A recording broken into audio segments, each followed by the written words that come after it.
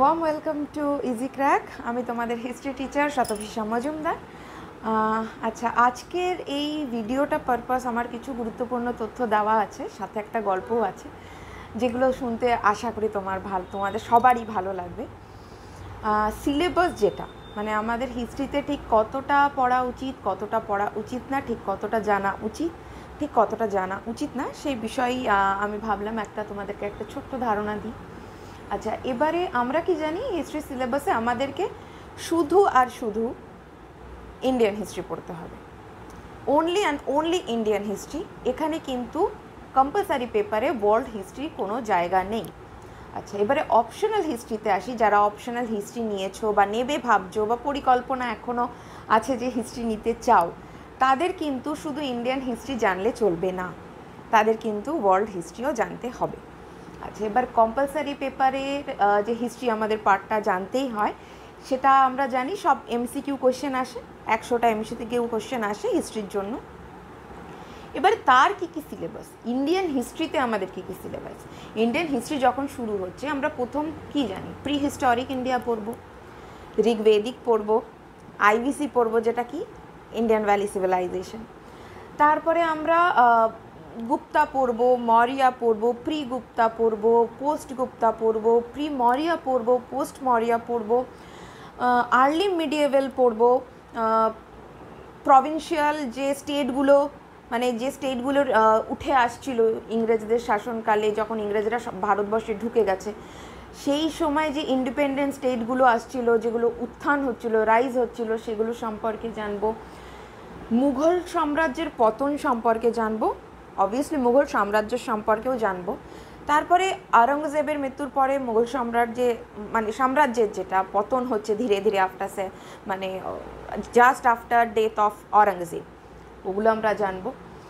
এই পুরো বিষয়টার থেকে আমি একটা জিনিস যেটা দেখলাম, লাস্ট 10-15 বছরের স্ট্র্যাটেজি যদি আমরা ফলো করি, আমি কি বলেছি, শর্টকাটে কোনো বড় গোল অ্যাচিভ করা যাবে না, বাট তার মানে এটা নয় যে স্ট্র্যাটেজি আমরা বানাবো না।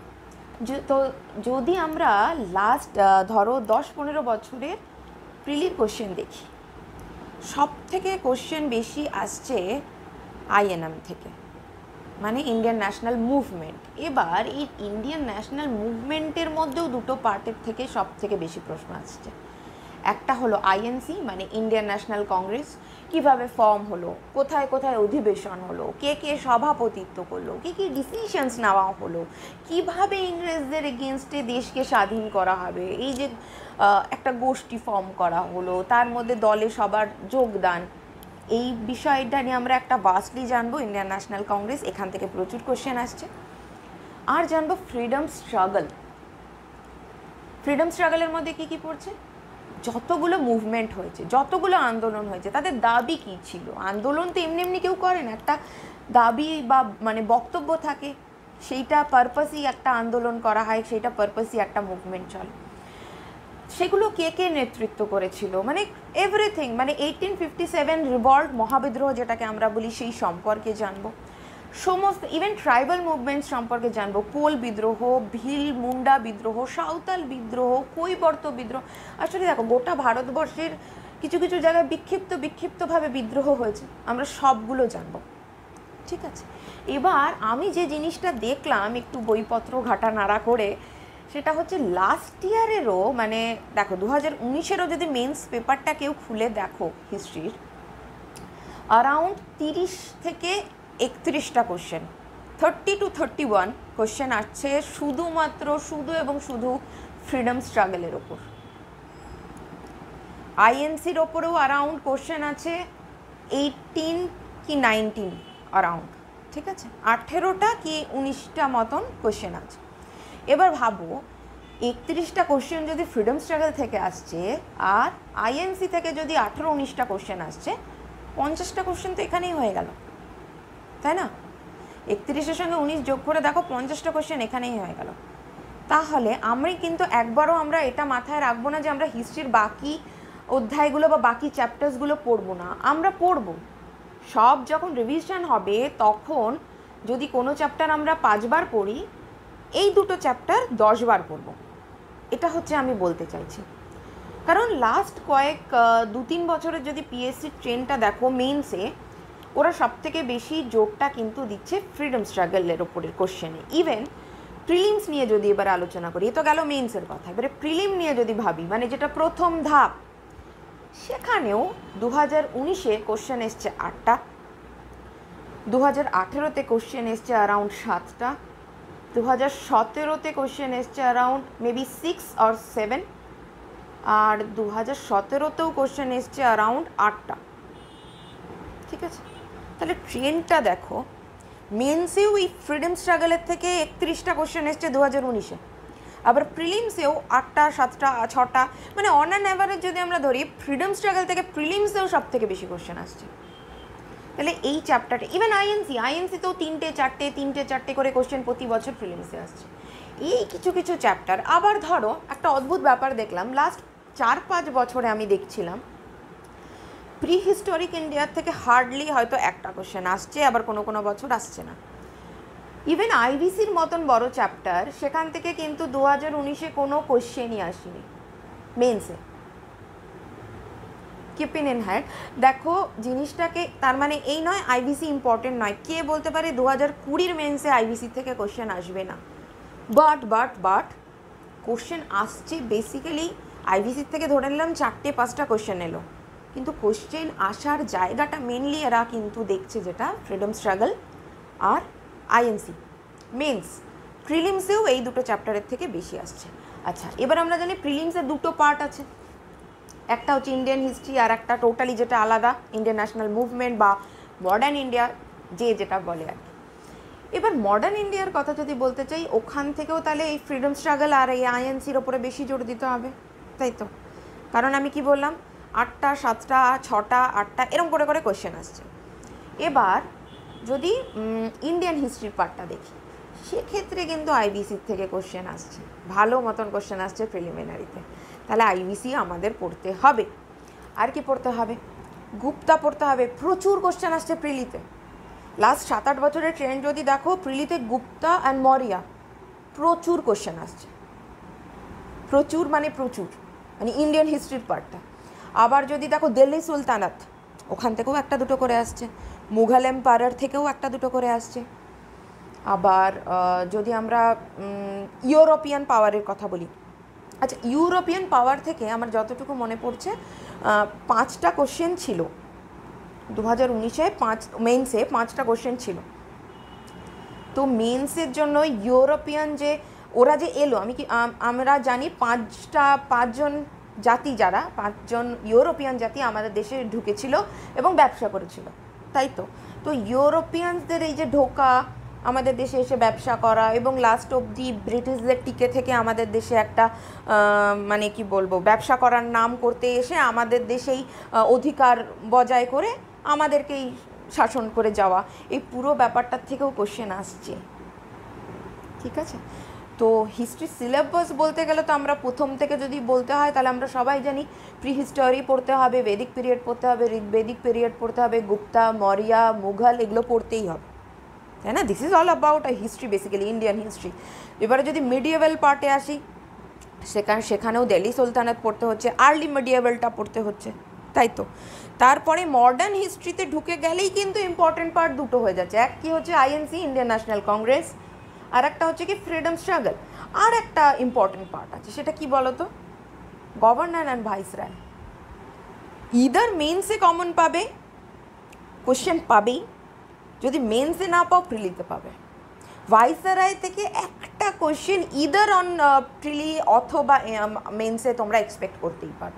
তাহলে এই যে ইউরোপিয়ানসদের আমাদের দেশে আসা এবং মানে ব্রিটিশদের আর কি আমাদের দেশে আধিপত্য এবং তাদের সঙ্গে লড়াইটা কতটা ইম্পর্টেন্ট, তাই না?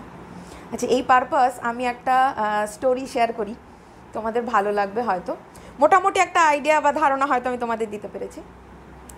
আমাদের বাংলায়, আমরা তো পশ্চিমবাংলার মানুষ, ভারতবর্ষ আমাদের দেশ, তো পশ্চিমবাংলার দেখো অনেক হিরো আছে, অনেক হিরোইনস আছে, যারা একদিনে তো স্বাধীনতা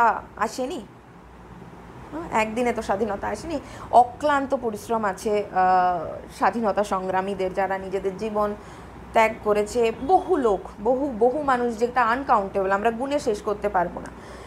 তো সব ইভেন আমরা ইতিহাসের বইয়ের পাতায় যতটুকু জানতে পারি ঠিক ততটুকু, তার বাইরে নেতাজিকে আমরা সবাই চিনি, গান্ধীজিকে আমরা সবাই চিনি, বাট ইভেন যদি মহিলা ফ্রিডম ফাইটারদের কথা বলা হয়, সরোজিনী নাইডুকে চিনি না এমন কেউ নেই, প্রীতিলতা ওয়াদ্দেদারকে চিনি না এমন কেউ নেই, ইভেন রোকেয়া বেগমকে চিনি না এমন কেউ নেই, তাই না? কিন্তু এমনও কিছু বাঙালি মহিলা আছে এবং এমনও কিছু বাঙালি পুরুষ আছে যাদের কথা আমরা হয়তো জানি না।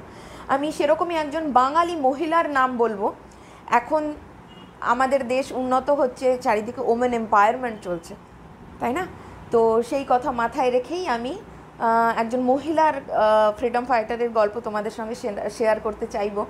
ওনাকে কিন্তু একটা সময় অ্যারাউন্ড 1932 ওনাকে একটা সময় বাংলার বাঘিনী বলা হতো, কারণ রাতারাতি সমস্ত ইংলিশ পেপারের ফ্রন্ট পেজে ওনার খবর বেরিয়ে গেছিলো। ভদ্রমহিলার নাম হচ্ছে বীণা দাস। আই রিপিট, ভদ্রমহিলার নাম বীণা দাস। কৃষ্ণনগরের মেয়ে, আমাদের পশ্চিমবাংলার কৃষ্ণনগরের মেয়ে, কৃষ্ণনগরেই জন্ম। তো এই বীণা দাস একজন ফ্রিডম ফাইটার ছিলেন। অনেকেই হয়তো আমরা বীণা দাসের কথা জানি না। তো একজন স্কুল শিক্ষকের মেয়ে ছিলেন। ওনার বাবার ইতিহাসটাও যদি দেখো সেটাও খুব ইন্টারেস্টিং। ওনার বাবার, বীণা দাসের বাবার নাম ছিল বেনি মাধব দাস। বেনি মাধব দাস আবার খুব একজন মানে বড় মাপের অধ্যাপক ছিলেন, যিনি সোশ্যাল সার্ভিস করতেন স্টুডেন্টদেরকে, মানে অনেক ক্ষেত্রেই উনি বিনামূল্যেও শিক্ষাদান করতেন বেনি মাধব দাস। তো এই বেনি মাধব দাসের কিন্তু খুব কাছের স্টুডেন্ট ছিল আমাদের নেতাজি, আমাদের বাংলার যে আর কি সেন্সেশন, মানে যার কথা উঠলেই আমাদের বুকের ভেতরটা অনেকটা ফুলে ওঠে, অনেকটা আবেগ, যে নেতাজি, এই নেতাজি কিন্তু এই বেনি মাধব দাসেরই স্টুডেন্ট ছিলেন। তো যাই হোক, বেনি মাধব দাস ভদ্রলোকও অনেক মানে সমাজ কল্যাণমূলক কাজ, শিক্ষামূলক কাজ এবং ফ্রিডমের জন্য অনেক ক্ষেত্রে উনি যুক্ত ছিলেন। নাহলে সুভাষ বসু তো ওনার মানে শিষ্যই ছিলেন। তো ওনার মেয়ে তাই জন্য মানে সুভাষ বসুকেও অনেক কাছ থেকে দেখেছিলেন। বেসিক্যালি বীণা দাস কী ছিল, বীণা দাস যখন ক্লাস 10-এ পড়েন, ইংলিশ মিডিয়ামেই পড়তেন, ডায়াসেশনে পড়তেন। তো কলকাতার ডায়াসেশন পড়তেন, বেলভিউ যে আমাদের নার্সিংহোমটা আছে না, হসপিটালটা, তার অপোজিটই স্কুলটা। যাই হোক, কাজের কথায় আসি। তো যখন ক্লাস 10-এ পড়েন, তো বোর্ডের এক্সামে একটা পরীক্ষায় একটা কোয়েশ্চেন এসছে, right something about your favourite novel. ঠিক আছে, মানে তোমার প্রিয় প্রবন্ধ বা প্রিয় বই সম্পর্কে কিছু লেখো। এবারে বীণা দাস কী করেছে, ওই সময় অ্যারাউন্ড 1926-27, 1926-27 সময় পথের দাবি বেরিয়েছে তখন শরৎ চ্যাটার্জির। এবার পথের দাবিতে বেসিক্যালি ছিল হচ্ছে কিভাবে ভারতবাসীরা মানে ফ্রিডম ফাইটাররা ইংরেজদের এগেনস্টে লড়াই করছে, সেইটারই একটা মানে নভেল ছিল পথের দাবি। এবার পথের দাবি যখন ছেপে বেরোয় না, সব কটা কপিও বিক্রি হয়ে যায়। এবার এই পথের দাবি ব্যান হয়ে যায়। ইংরেজরা ক্ষমতায় আছে, ওটা তো ব্যান করবেই। শরৎচন্দ্রের পথের দাবি ব্যান হয়ে যায়। তো এই বইটা উনি সুভাষ বসুর কাছ থেকে কোনো এক বা অনেকে বলে অন্য কোনো মাধ্যমে কালেক্ট করেন, যে পড়েন। এই যে 10-এর বোর্ডের পরীক্ষা এসেছিল, সেই বোর্ডের পরীক্ষাটায় উনি ওনার ফেভারিট নভেল লিখে দিলেন পথের দাবি। এবার স্কুল চালাচ্ছে কারা? ব্রিটিশ সরকার। প্রিন্সিপালকে ব্রিটিশ ফেল করিয়ে দিল ওকে। ওর ওই একটা ইংলিশের নভেল লেখার জন্য, পথের দাবি মেনশন করে ওখানে লেখার জন্য ওকে পুরো ক্লাসে ওকে ফেল করিয়ে দেওয়া হলো বীণা দাসকে। রাগে দুঃখে কোনো রকমে পড়াশুনো চালিয়ে গেলেন। এবার উনি একটা সংস্থায় জয়েন করলেন। ওটাও কিন্তু সংস্থাটা তখন পশ্চিমবঙ্গে বানিয়েছিলেন। অনেকেই জানো, মানে মতবিরোধ যদি হয়, অনেকেই বলবে ওই সংস্থাটা সুহাসিনী গাঙ্গুলি বানিয়েছিলেন, কিন্তু সুহাসিনী গাঙ্গুলি বেসিক্যালি ওটার পরিচালনা করতেন। ফাউন্ডার কিন্তু ছিলেন সুভাষ বসু নিজে। ওটার ফাউন্ডার সুভাষ বসুই ছিলেন। ওর দলটার নাম হচ্ছে Bengal volunteer corpus. Bengal volunteer corpus বলে একটা সংগঠন বানিয়েছিলেন। ফাউন্ডার অ্যাকচুয়ালি কিন্তু সুভাষ বসু। এই কোশ্চেন তোমাদের পরীক্ষায় আসবে না, জাস্ট নলেজের জন্য তোমরা মানে জাস্ট জেনে রাখো। তো এই দলটায় উনি জয়েন করেন, দিয়ে বন্দুক চালানো, তীর চালানো এসব শেখেন, দিয়ে ক্যালকাটা ইউনিভার্সিটিতে ভর্তি হন। এবার যেদিন কনভোকেশান হচ্ছে, সেই ডেটটা হচ্ছে 6ই ফেব্রুয়ারি 1932। সব থেকে মজার কথা, সবাই গাউন পরে কনভোকেশনে বসে আছে, আর উনি গাউনের মধ্যে লুকিয়ে এনেছিলেন একটা পিস্টল বা রিভলভার, যাই বলো, বন্দুক বাংলায়। তো ওই সময় ওই কনভোকেশনের দিন লেকচার দিচ্ছিলেন হচ্ছে, মানে বলেন একটা স্পিচ, ওয়েলকাম স্পিচ দিচ্ছিলেন তখনকার বাংলার গভর্নর স্ট্যানলি জ্যাকসন। নাম কি বেঙ্গল গভর্নরের তখন? তাহলে আমি সালটা কি বলেছি? 1932। ঘটনাটা কবে হচ্ছে? 6 ফেব্রুয়ারি 1932। তাহলে 1932-তে বেঙ্গলের গভর্নর কে থাকছে তখন? স্ট্যানলি জ্যাকসন, ঠিক আছে? তো এই স্ট্যানলি জ্যাকসন স্পিচ দিচ্ছে।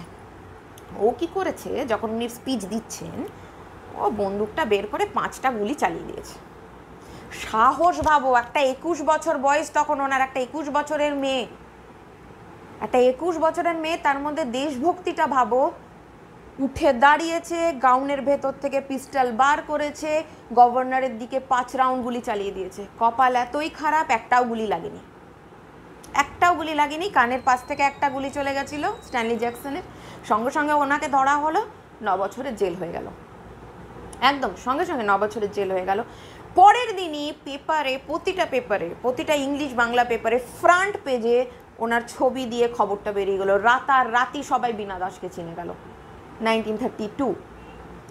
এবার ভাগ্যের কিরম মানে পরিহাস দেখো, আমরা দেশের মানুষরাই বীণা দাসের মতন মানুষদেরকে শ্রদ্ধা দিতে পারি না, একদমই শ্রদ্ধা দিতে পারি না।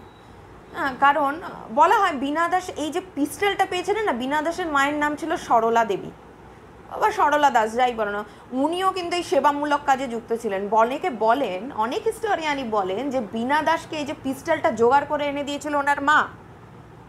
তাহলে ওই সময় ওনার মায়ের ভূমিকাটা ভাবো, মানে একজন মেয়ের হাতে পিস্টল তুলে দিচ্ছে যাতে সে দেশের কাজে আসতে পারে। আর আমরা এতই, মানে আমাদের দেশের মানুষ, আমরা এতটাই অকৃতজ্ঞ এইসব মানে ফ্রিডম ফাইটারদের প্রতি। বীণা দাস যখন মারা যান না, দেশ স্বাধীন হওয়ার পরে মারা যান, যখন মারা যান তখন মানে ওনার বডি ঋষিকেশে রাস্তার মাঝখানে, মানে মাঝখানেও বলা ভুল, একদম ড্রেনের পাশে অর্ধেক পচে যাওয়া অবস্থায় পাওয়া গেছে। পুলিশের, মানে আমাদের দেশের পুলিশের 1 মাস লেগেছে, ঋষিকেশে উনি চলে গেছিলেন, ওখানকার পুলিশের 1 মাস লেগেছে এটা বুঝতে যে বডিটা বীণা দাসের, যাদের জন্য আমরা আজকে মানে কি বলবো, স্বাধীনতা পেয়েছি, ফ্রিডম জিনিসটা কি বুঝতে পেরেছি, আর আমরা অনেকেই তাদেরকে মনে রাখিনি। তো যাই হোক, আমরা তো মানে কি বলবো, মানে আমি তো মনে করি নিজেকে যে পৃথিবীর এত দেশ থাকতে আমার জন্ম ভারতবর্ষে হয়েছে, আমি এতে ঈশ্বরের কাছে অনেকটা কৃতজ্ঞ, অনেকটাই কৃতজ্ঞ যে এত দেশ থাকতে পৃথিবীর এই মানে বীর বীরাঙ্গনার দেশে আমার জন্ম হয়েছে, এই দেশের মাটিতে আমার জন্ম হয়েছে। আমি ভারতবর্ষের মেয়ে, আমার কাছে এটাই গর্বের ব্যাপার। তবে আমার মনে হয় এই যারা আমাদের দেশে স্বাধীনতা এনে দিয়েছে তাদের প্রতি আমাদের একটু শ্রদ্ধা থাকা উচিত, বা শ্রদ্ধা মনের মধ্যে রেখে আরও সমাজের 10টা ভালো কাজে আমাদের জড়িত থাকা উচিত। আশা করি তোমাদের এই গল্পটাও ভালো লেগেছে। আমার চ্যানেলে 2 তারিখ থেকেই হিস্ট্রি পড়ানো হবে, আমি হিস্ট্রি অ্যান্ড পলিটি পড়াবো, অন্যান্য সমস্ত সাবজেক্টের গাইডেন্সও তোমরা পেয়ে যাবে, চিন্তার কোনো কারণ নেই। এখানে আমি তাহলে আমার ভিডিও আজকের মতন শেষ করছি। ভালো থেকো সবাই।